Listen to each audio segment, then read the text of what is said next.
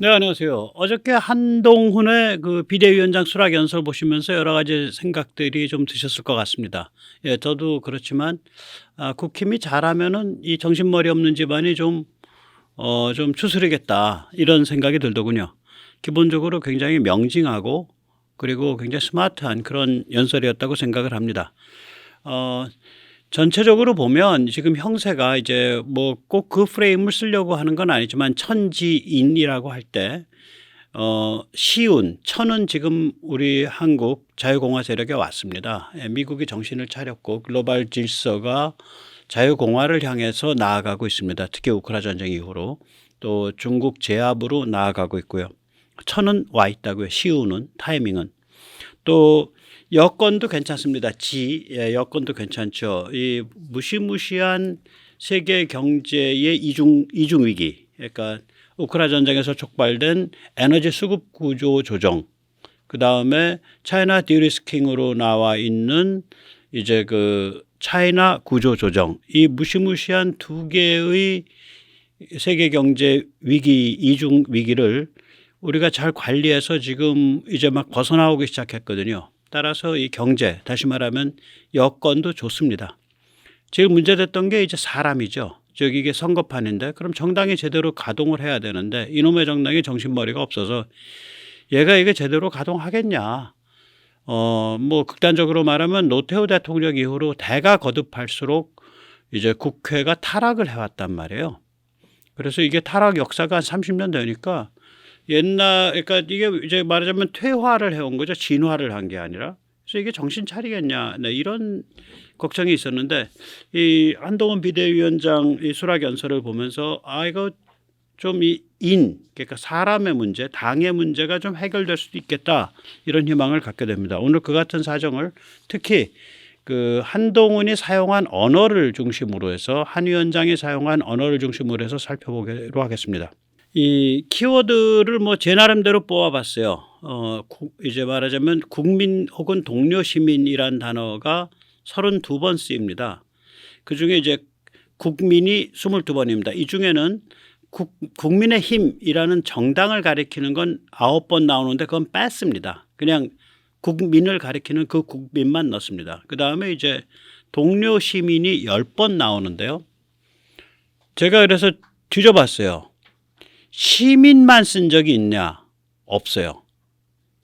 그러니까 시민이란 단어를 쓸 때는 반드시 동료 시민이라는 복합 명사로 썼습니다. 이거 이제 나중에 제가 이게 뭐를 의미하는지 좀 말씀드리겠습니다. 그 다음에 이제 이 정치 투쟁을 해서 제압해야 될 대상을 특정을 합니다. 예, 23번 정도 특정을 하는데 운동권 특권 정치라고 상대방을 부르는 게 4번, 운동권 특권 세력이라고 상대방을 부르는 게 3번, 그다음에 중대범죄를 저지른 집단, 중대범죄 혐의자 뭐 그렇게 2번, 이재명 민주당 당대표를 직접 이름을 거론한 게 5번, 개딸 전체주의라고 이 전체주의적 풍조를 비판한 게 2번, 그러면서 이제 민주당을 얘기한 게 6번이고요. 야당을 얘기한 게 1번인데 이 야당이 뭐 야당 자체는 문제가 없는데 이 야당이 딱 1번 어떻게 인용이 되냐면 야당인 민주당의 정책은 나라 말아먹자는 거다 이런 취지에서 얘기를 해요. 그러니까 야당이면 야당으로서 국가와 국민을 위해서 봉직을 한다라는 그런 컨셉이 있는 게 아니다. 야당스럽지 못하다. 이건 정말 개탄할 일이다. 그런 의미에서 야당이라고 썼습니다. 그래서 이렇게 제압 대상을 특정하는 게 그 짧은 연설에서 23번 나오고요. 한동훈이라는 인물, 한동훈 비대위원장의 정치 스타일이 이 사람이 어떤 정치를 원하나, 그러니까 어떤 식의 정치하는 것을 저거 참 제대로 하는 정치다라고 생각하나 은근히 들여다보니까 박력과 정교 2단어로 정리가 됩니다. 정교한, 정교하게, 정교하고 그게 4번이나 나옵니다. 즉 다시 말하자면 실제적 일에 있어서 일이 되게 꼼꼼하게 그게 돼야 된다는 거예요. 그게 4번 나오고요. 박력이라는 단어가 2번 나옵니다. 리더십이라는 단어도 2번 나오고요. 이제 정치가 일종의 스타일이죠. 그러니까 이 사람이 이런 스타일, 그러니까 박력과 정교성이 있는 스타일을 좋아하는 거예요. 연설문 전체의 길이는 공백을 제외하면 3,123자고요. 공백을 포함하면 4,029자입니다. 굉장히 명징한 컨셉과 언어를 써요. 제가 이제 자세히 좀 살펴드릴 텐데. 그리고 이게 이제까지 우리가 아는 동지 여러분, 우리 당 동지 여러분, 국힘 동지 여러분 이런 그 정치인 연설 스타일이 아니라 전문가 출신 투사, 전문가 출신 전사의 스타일입니다. 아주 차분하게. 직접 들었으니까 다 아실 거예요. 이제 이렇게 해서 한동훈 비대위원장의 수락 연설의 이제 전체적인 걸 더듬어 봤고요. 잠시 광고 말씀드린 다음에 이제 자세히 좀 들여다보겠습니다. 아시다시피 새 탈출은 광고가 잘 붙지 않습니다. 붙더라도 천천히 붙는 경향이 있죠. 도와주시면 보다 좋은 컨텐츠로 찾아뵙는데 커다란 힘이 되겠습니다. 감사합니다. 이 한동훈을 저쪽 좌파 애들이 어떻게 받아들이냐. 좌파 중에 좀 세련된 좌파 썰을 잘 푸는 데가 있죠. 프레시안입니다. 거기서 아주 비명을 지릅니다. 이게 이제 그 제목이죠. 그 프레시안 기사의 제목인데 2023년 한동훈은 연설할 때 노빠꾸를 했고 2011년 박근혜는 연설할 때 사죄부터 했다. 이제 박근혜 그 당시에 비대위원장이 이제 2011년 12월 19일 날 지금이랑 거의 타이밍이 같습니다. 또 그 당시에도 총선을 말하자면 총선을 4개월 앞둔 시점입니다. 그러니까 바로 다음에 4월 달에 총선이 있던 그런 시점이죠. 그때 이제 박근혜 비대위원장이 수락 연설을 하고 이렇게 저를 꾸벅하면서 이런 말을 했습니다. 국민 여러분께 진심으로 사죄드립니다. 당이 어쩌다 이렇게까지 국민으로부터 외면받게 됐는지 참담한 심정입니다. 집권 여당으로서 국민의 아픈 곳을 보지 못하고 삶을 제대로 챙겨드리지 못한 것을 진심으로 사죄드립니다.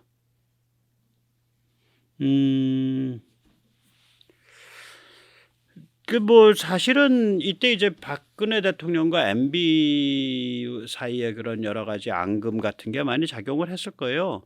왜 그러냐면 제가 MB 굉장히 싫어하는데 경제에 있어서는 비교적 잘 풀었어요. MB가 뭐 특별히 잘 풀었다기보다 우리 경제 관료나 경제 구조 자체가 워낙 튼튼해서 2008년 그 무서운 국제금융위기가 닥쳤을 때 우리 경제 구조가 튼튼했기 때문에 전 세계에서 거의 유일하게 양적 팽창, 즉 돈 막 찍어서 뿌리지 않고 그거를 나이스하게 넘긴, 그러면서 그걸 잘 넘겨가지고 나라가 한격 올라섰죠. 지금 그런 일이 또 벌어지고 있습니다. 그러니까 연달아 벌어지고 있는 거예요. 코로나 때 우리가 한번 올라섰거든요. 남들 다 해롱거릴 때. 그리고 이제 이 아까 말씀드린 세계 경제의 이중 위기를 우리가 남들보다 굉장히 잘 타고 넘어가고 있어요. 그래서 우리가 또 한격 올랐을 겁니다. 이 어려움 끝나면. 이제 그런 것들이 좀 나왔었으면 좋았는데 아쉽게도 이제 이렇게 사죄를 했죠. 이걸 이제 프레시아는 이런 식으로 비대위원장은 사죄해야 돼. 당이 얼마나 잘못했으면 비대위까지 갔겠어. 이러고 얘기하는 거예요. 그리고 이제 그 한동훈 수락 연설은 이제 그 프레시안이 인용한 거예요. 둘 다. 중대범죄가 법에 따라 처벌받는 것을 막는 것이 지상 목표인 다수당이 더욱 폭주하면서 이 나라의 현재와 미래를 망치는 것을 막아야 합니다. 그런 당을 숙주 삼아 수십 년간 386이 486, 586, 686이 되도록 썼던 영수증을 또 내밀며 대대손손 국민들 위해 군림하고 가르치려 드는 운동권 특권 정치를 청산해야 합니다.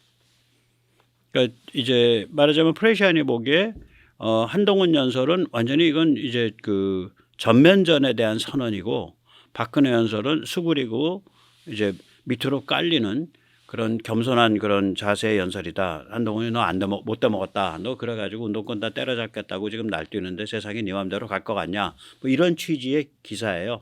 프레시안 기사가. 제가 그 한동훈 비대위원장 그 결정하고 엊그저께 같은 날에 일어났죠. 크리스마스 직전에 한동훈 비대위원장 결정하고 그 다음에 그 예산안 통과.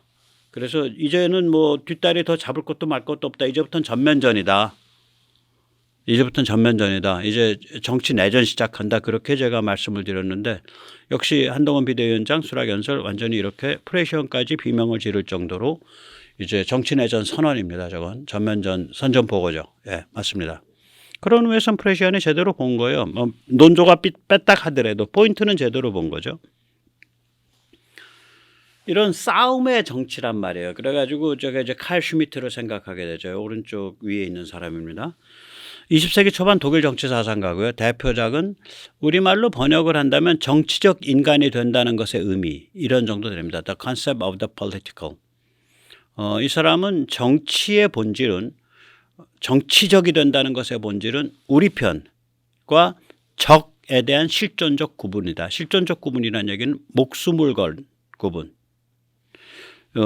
이 사람이 이제 나치 정치 철학과 관계가 있어요. 그래서 이제 그런데 워낙 통찰력이 강해서 나치에만 영향을 미친 게 아니라 현대 정치 사상에 그냥 널리 인용이 됩니다. 특히 좌파들이 좋아하고요. 이 사람들 얼마나 좌파들이 좋아하는지 이제 금방 The Concept of the Political 이게 국내에 번역돼 있습니다. 좌파들이 워낙 좋아해서. 그래서 뭐 칼 슈미트 얘기했다 그래서 한동훈이 나치 철학과 다 했다 이런 건 전혀 아니고요. 한동훈은 이제 프레임이 좀 다릅니다. 예, 그 칼 슈미트와는 5개 영역으로 명쾌하게 구분하죠. 거기 이제 보면 국힘당, 동료 시민, 국민, 운동권 특권 세력, 민주당 이렇게 5개 영역으로 구분합니다. 칼 슈미트는 우리 아니면 적 2개 영역인데. 그런데 이제 한동훈 연설을 가만히 들여다보면 상대방한테 민주당이나 운동권 특권 세력한테 하는 말이 뭐냐면 너희는 시민이 아니야. 시민이면 우리의 동료야 100%. 이런 게 깔려 있는 거예요. 시민이라는 말을 그렇게 잘 썼더라고요. 제가 말씀드릴게요. 이쪽 보수 우파 그다음에 자유공화 진영에 있어서 제가 이제 이 바닥에 들어온 게 2009년 말 2010년 초입니다. 그래가지고 이제 조금 있다가 이제 뉴델리 주필이 됐는데 제가 그때 시민이란 용어를 썼어요. 그랬더니 이제 욕이 쏟아지는데 좌빨스럽게 왜 시민이라고 그러냐. 우리는 우파는 국민이라고 불러야 된다. 시민은 원초적인 거거든요. 훨씬 더. 국민은 나라가 있어야 되고요. 시민은 그 생활 공동체가 있으면 되는 거예요. 그런데 그 생활 공동체가 공화국이 되면 그때 시민은 시민이자 국민이 되죠. 그래서 우리가 시민권이라 그러잖아요. 국적을 미국에서는 시민권이라 그러죠. 그러니까 자유공화국의 국민을 시민이라고 말할 수 있는 거예요. 요새는 자유시민이라는 용어를 많이 쓰죠. 제가 대한민국에서 최초로 썼고요. 박원순 시장이 살아 있었을 때 서울시에서 그거 한번 썼다가 걷어버리더라고요. 자유시민이라는 용어를 썼다가. 그래서 내가 야, 박 시장이 자유시민이라고도 쓰냐? 예, 숨진 사람이기 때문에 박 시장이라고 제가 점잖게 불러드리겠습니다. 안 그러면 동물로 부를 텐데 예, 연상되는 동물로. 예, 죄송합니다. 그래서 나중에 조금 이따 다시 나오지만 이제 그 상대방을 시민으로 앉혀버리는 거예요. 너희는 그래 대한민국 국적 갖고 있으니까 국민으로는 나 인정할게. 그리고 국민 대우는 해주마. 그러나 너희는 시민은 아니야. 굉장히 날카로운 용어 사용을 하더라고요. 제가 그래서 이 사람이 정치 철학을 한 사람은 아닌데 어떤 특정 분야에 있어서는 자기 경험에서 우러나오는 그런 통찰이 있네. 그런 생각이 들더라고요. 그래서 이제 예, 그렇습니다. 그러나 이제 칼 슈미트와 한동훈의 이제 공통점은 뭐냐면 거기에 제압이나 대립 이런 게 있는 거예요. 전투가 있는 거예요. 그러니까 실존적 전투성이 결국 정치의 본질이다라고 본다는 점에서는 같습니다. 혹은 한동훈 같은 경우는 뭐 그것이 영원히 마르고 닳도록 정치의 본질인지는 모르겠지만 지금 이 상황 이 나라에서는 정치의 본질은 실존적 전투성에 있다 이렇게 보고 있는 거예요. 그래서 이제 그 둘의 프레임워크를 조금 구별을 해보겠습니다. 칼 슈미트는 이제 적과 알을 구분하고 적을 섬멸하라 이런 관점이에요.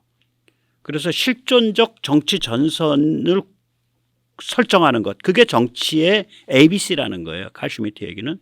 그걸 설정하게 되면 이 실종자 전체 전선의 이쪽은 우리 편, friends, 저쪽은 적, enemy, 그리고 enemy는 선멸, 멸종 이렇게 되는 거고 한동훈의 프레임워크는 다릅니다. 상대방을 제압 대상으로 보는데 제압 대상조차도 국민으로는 대해주겠다. 그런데 너희는 시민이 아니야. 동료 시민과 힘을 모아서 확실하게 너희를 제압하겠다 이거예요. 그 상대방도 국민으로 인정을 해요. 그 상대방은 운동권 특권 세력이 큰 범주고 그 안에 더불어민주당이 있는 거고 이쪽은 동료 시민, citizen colleagues, 동료 시민, 시민 동료들. 그게 큰 범주고 그 안에 국힘이 있는 거예요. 연설문을 보면 저구조를 쓰고 있더라고요. 저건 굉장히 재미있는 또 통찰력이 넘치는 구조입니다. 예, 저기 한 위원장님, 제가 앞으로 바쁘면 한 위원장님을 별로 인용하지 않고 이 프레임워크를 그냥 쓰겠습니다. 그리고 우리 그 시청자님들도 어떤 정치적인 그런 그 논지를 전개할 때 이 프레임워크를 쓰십시오. 이재명도 국민이고요, 정창래도 국민이고요. 그다음 뭐 간첩죄로 뭐 내란으로 해서 한 이석기도 국민이에요. 국민으로서의 기본적인 거는 대우를 해주겠다는 거예요. 그러나 정치적으로는 제압하겠다는 거예요. 사정없이. 그리고 우리 편은 시민이에요. 상대방 너희는 좀비여 갖고 시민들 자격이 없어. 이런 컨셉에 이게 지금 동료 시민 혹은 자유시민. 예.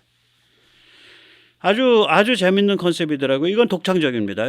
어떤 정치 철학에도 이런 다이어그램을 안 써요. 근데 말이 돼, 다이어그램이. 예. 그래서 아주 정치 철학 했어도 뭐 웬만한 대학에서 박사학위는 쉽게 받으셨을 것 같아요. 예, 한 위원장님. 예. 명징해요, 표현들이. 그래서 제가 표현 명징한 것들을 몇 개 좀 하면서 그 표현 중에 이렇게 뭐 니체도 연상이 되고 뭐 클라우제비츠 현대 군사학의 아버지 그것도 연상이 되는 것들이 있어요. 중대범죄가 법에 따라 처벌받는 걸 막는 것이 지상 목표인 다수당이 더욱 폭주하면서 이 나라의 현재와 미래를 망치는 것을 막아야 합니다. 또 이제 다른 구조를 열겠습니다. 이재명 대표의 민주당이 운동권 특권 세력과 개딸 전체주의와 결합해 자기가 살기 위해 나라를 망치는 것을 막아야 합니다.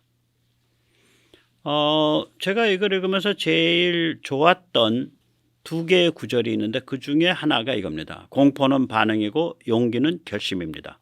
용기 내기로 결심했다면 헌신해야 합니다. 용기와 헌신. 대한민국의 영웅들이 어려움을 이겨낸 무기였습니다. 우리가 그 무기를 다시 듭니다. 이건 무슨 경험 때문에 겉으로 보면은 말하자면 겉으로 보면 굉장히 그 거대 관료 조직의 스마트한 검사로 이렇게 양지에서만 살은 사람인데 어디서 이런 통찰에 도달했는지 모르겠어요. 자기가 직접 썼다 그러는데 이거 굉장히 심각한 통찰입니다. 이거는. 예, 그냥 저는 이거 보고 제가 저 사람이 인생의 어떤 경험에서 저런 거에 도달했지? 제가 이제 한동훈 비대위원장이 기억하시는지 모르겠는데 법무장관 임명 받을 때요. 윤석열 대통령이 그 임명장을 주든가 뭔가 그 자리에서 손이 이렇게 떨리더라고. 그러니까 그때 자기가 목숨을 내려놓은 거예요. 이거 정말 살벌한 전쟁이다. 나 이거 신세 조지는 수 있다. 근데 나라를 위해서 내가 해야겠다 이 생각을 하는 것 같아요. 손이 떨리더라고요. 그래서 저 사람이 저게 어떤 자리인지 알고는 가고 있구나 그 생각을 했어요. 그때 한번 어떤 댓글에 만약에 그 링크에 몇 분 몇 초 봐라 하고 링크 달아주시면 고맙겠습니다. 임명할 무렵이에요. 임명이랑 관계된 이벤트였어요. 예. 그 경험이었나 그런 생각이 듭니다. 이 이야기를 보면서 니체 생각이 났습니다. 니체는 이제 이런 얘기를 해요. 우리를 절망과 무의미의 그 바닥으로부터 박차고 올라오게 만들어주는 힘은 그 궁극적 힘은 삶에 대한 용기다. 그런 얘기를 하고요. 클라우제비츠는 이런 얘기를 합니다. 용맹, 발러와 용기, 커리지는 다르다. 용맹은 그 성격 자체가 겁대가리가 없는 성격을 가리키는 거고 용기는 책임감이다. 겁이 많은 사람도 엄청난 용기를 발휘할 수 있다. 이런 얘기를 합니다. 클라우제비츠는 전쟁론에서. 공포는 반응이고 공포는 본능이란 얘기죠. 몸에 그 본능이 약한 사람은 용맹한 사람이고 그 본능이 큰 사람은 겁쟁이죠. 그러나 겁쟁이도 용기를 낼 수 있죠. 결심을 할 수 있죠. 그리고 결심을 하게 되면 옮겨야지 뭔가 행위로 헌신을 해야지. 아주 그 멋있는 또 아주 그 심오한 통찰입니다. 그 다음에 또 좋아하는 구절이 바로 나오는 거예요. 정교하고 박력 있는 리더십이 국민의 이해와 지지를 만날 때 나라가 발전하고 국민의 삶이 좋아집니다. 정교하고 박력 있는 리더십. 그것이 그러니까 리더와 대중, 엘리트와 대중. 그때 엘리트의 한동훈이라는 사람이 보는 엘리트의 최상의 스타일은 뭐냐? 실무에 대해서 정교하게 파악할 수 있고 설계할 수 있는 능력과 그리고 다이내믹한 역동성. 그것이 훌륭한 엘리트의 스타일이다. 리더십 스타일이다. 이렇게 보고 있는 거예요.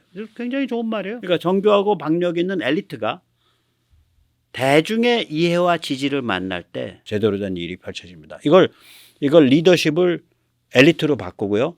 국민을 대중으로 바꿔보세요. 그러니까 엘리트와 대중 사이의 관계를 잘 이해를 하고 있고 한동훈이라는 사람이 소중하게 여기는 혹은 인정하는 엘리트의 스타일을 얘기하고 있어요. 그 다음에 인구 재앙이건 한동훈이 여러 번 얘기했죠. 그 법무장관일 때. 그 다음에 이제 좋은 말이 이거죠. 안보, 경제, 기술이 융합하는 시대. 이게 지금 차이나 디리스킹 미중 대립을 다 해설을 해주는 거거든. 미국이 중국한테 얘기하는 게 뭐냐면 sensitive technology, dual purpose technology예요. 민감한 기술, 이중 목적 기술, 그건 너희를 앞으로 영원히 차단시키겠다. 이게 차이나 디리스킹이에요. 즉 안보와 경제가 나가는 거죠. 월스트리트 저널과 뉴욕 타임즈에서 또는 미국의 금융가인 월가에서 툭툭 튀어나오는 얘기가 뭐냐면 Geopolitics gobbled up economy. 군사 지정학이 경제를 홀랑 마셔버렸다. 안보와 경제가 연결됐다. 그리고 기술적 파트너도 안보적 고려에 의해서 파트너를 한다.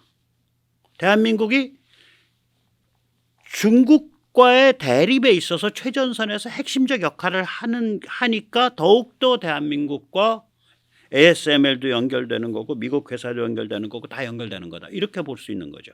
예. ASML 거기도 미국에서 뭐라 그런 말을 들어요. 왜 그러냐면 미국 특허를 많이 사용하는데 미국 특허는 미국 정부가 야 거기 이제 특허 만료시켜 그럼 끝나는 거라고요. 예. 그 다음에 이제 국민들한테 한미동맹 하면 식상하니까 이걸 살짝만 언급하고 넘어가더라고요. 넓고 깊은 한미공조. 그러니까 백모 용어로 하면 중충적 다면적 한미동맹 이렇게 되는 거죠.